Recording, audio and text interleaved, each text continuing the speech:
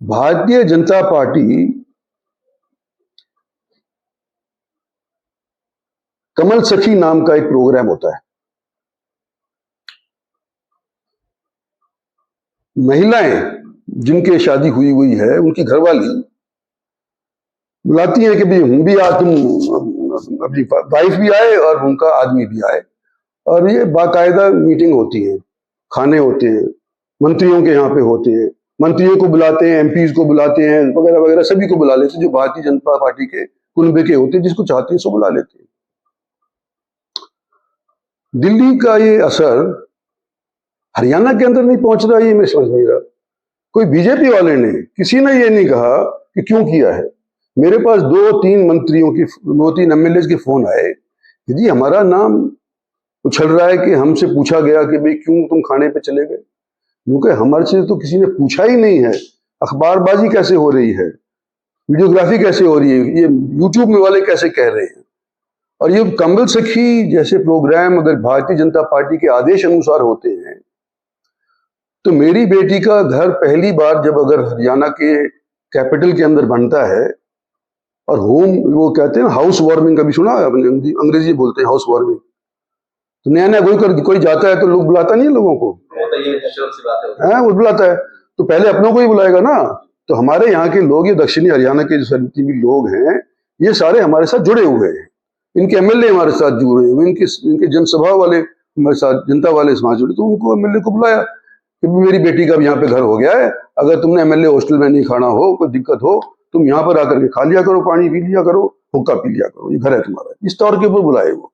और उसके बाद इस तरह की बयानबाजी जो यूट्यूब में हुई है, अनर्गल बातें, बकवासबाजी है, कुछ नहीं हुआ।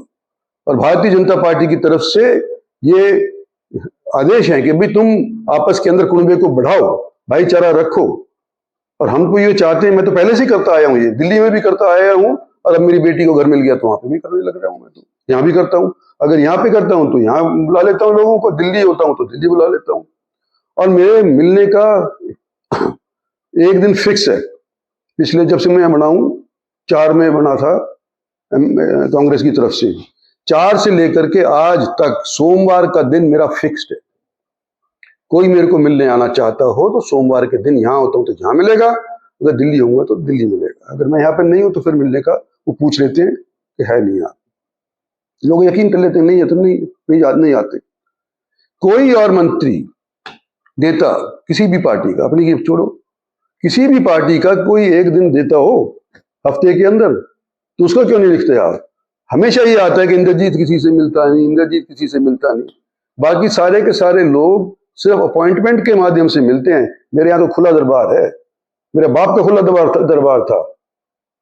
आओ, उन्हीं कहानी अगर हमारे से फिट सोचे तो हम करेंगे, नहीं आती तो बता कर देंगे। मेरा 20 साल से चलता आ रहा है, और फिर भी आप लोग यूँ कहते हैं, लोगों से कहलवा देते हैं कि इंद्रजीत किसी को मिलता नहीं है। भाई 10 बार में एमएलए कैसे 10 बार में जीत कैसे गया? पब्लिक ने जिताया ना। पार्टी की टिकट पहली चीज, पब्लिक दूसरी चीज।